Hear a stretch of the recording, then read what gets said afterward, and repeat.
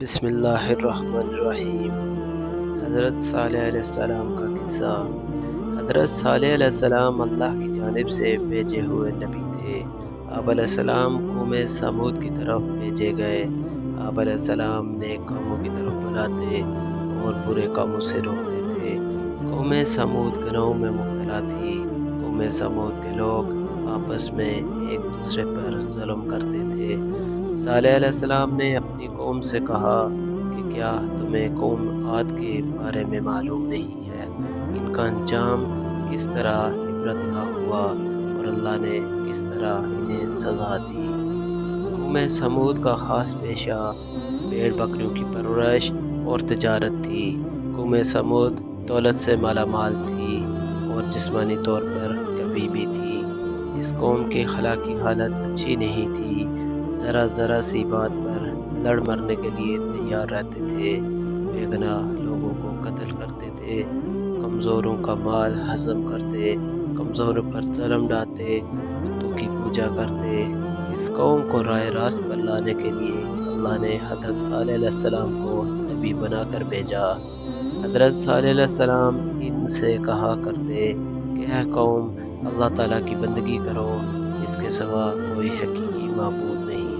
اللہ نے مجھے پیغمبر بنا کر بھیجا ہے تاکہ تمہیں اللہ کے عذاب سے ڈراؤں۔ لوگ ان سے کہتے ہمارے پاس دولت بھی ہے، قوت بھی ہے اور عزت بھی ہے۔ اگر اللہ کو نبی بنانا منظور ہوتا تو ہم جیسوں کو نبی بناتا۔ اگر اللہ ہم سے ناراض ہوتا تو ہمارے کھیتوں کو اجاڑ دیتا، ہمیں رہنے کے لیے عالیشان مکانات نہیں دیتا۔ ہمارے پاس بے شمار اونٹ بکریاں ہیں، سواری کے لیے گھوڑے ہیں، اور یہ اس بات کی دلیل ہے کہ ہمارے بت ہم سے بہت خوش ہیں۔ اسی لیے ہم ان کی پرستش کرتے ہیں۔ ہم یہ بات برداشت نہیں کر سکتے کہ تم اپنے معبودوں کو برا بھلا کہو۔ ہمیں ان کی پرستش سے نہ روکو۔ ہم تو خوشحال ہیں، لیکن تمہاری بات ماننے والے مفلس اور غریب ہیں۔ تمہاری حالت بھی ایسی ہی ہے۔ اگر تم نبی ہو تو اس کی دلیل پیش کرو، کوئی معجزہ دکھاؤ، ہم دیکھنا چاہتے ہیں۔ حضرت صالح علیہ السلام ان کی اس قسم کی باتوں پر کہتے کہ تم ہی بتاؤ، تم کیا معجزہ دیکھنا چاہتے ہو؟ پھر کافر آپس میں مشورہ کرنے لگے کہ ان سے کس قسم کا معجزہ طلب کرنا چاہیے۔ پھر سب نے اتفاق رائے سے کہا کہ تم ان پتھروں سے ایک اونٹنی پیدا کرو، اور اونٹنی بھی ایسی ہو کہ وہ ساتھ بچہ بھی دے اور ہم اس کا دودھ بھی پئیں۔ حضرت صالح علیہ السلام نے اللہ سے دعا کی۔ جلد ہی دعا قبول ہوئی۔ پتھروں کے اندر سے ایک اونٹنی نمودار ہوئی۔ اونٹنی بہت خوبصورت تھی۔ اونٹنی کے ظاہر ہونے کے بعد ہی اس جگہ گھاس اگ آئی اور ایک پانی کا چشمہ بھی جاری ہو گیا۔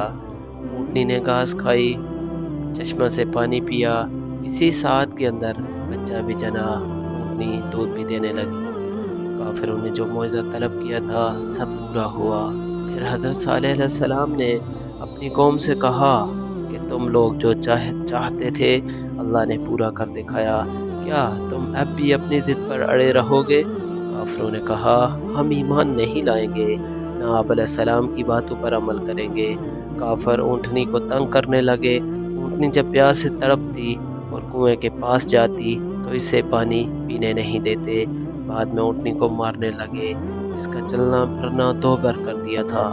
وہ اذیت کے مارے کراہتی رہتی، لیکن کافروں کو رحم نہیں آتا۔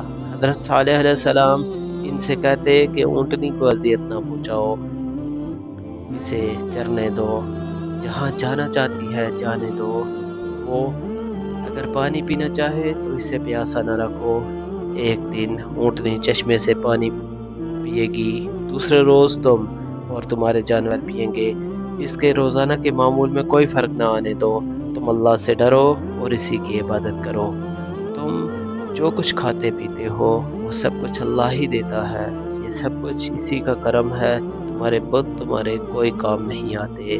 قوم سمود باز نہ آئی، نہ حضرت صالح علیہ السلام کی باتوں پر عمل کیا۔ ایک روز اچانک حضرت صالح علیہ السلام کی اونٹنی کو قتل کر دیا۔ قتل کی خبر جب آپ علیہ السلام کو ملی تو آپ علیہ السلام صدمہ سے نڈال ہو گئے۔ آپ علیہ السلام کی آنکھوں سے آنسو جاری ہو گئے۔ پھر آپ علیہ السلام نے اپنی قوم سے فرمایا، ان قریب تم پر اللہ کا عذاب آنے والا ہے، تم اس عذاب سے نہ بچ سکو گے۔ اس کے بعد ہی آسمان پر بادل گرجنے لگے، پھر بجلی چمکی، اس کڑک اور گرج کی آواز سے پوری قوم ہلاک ہو گئی۔ جو لوگ آپ علیہ السلام پر ایمان لائے تھے، اللہ نے انہیں بچا لیا،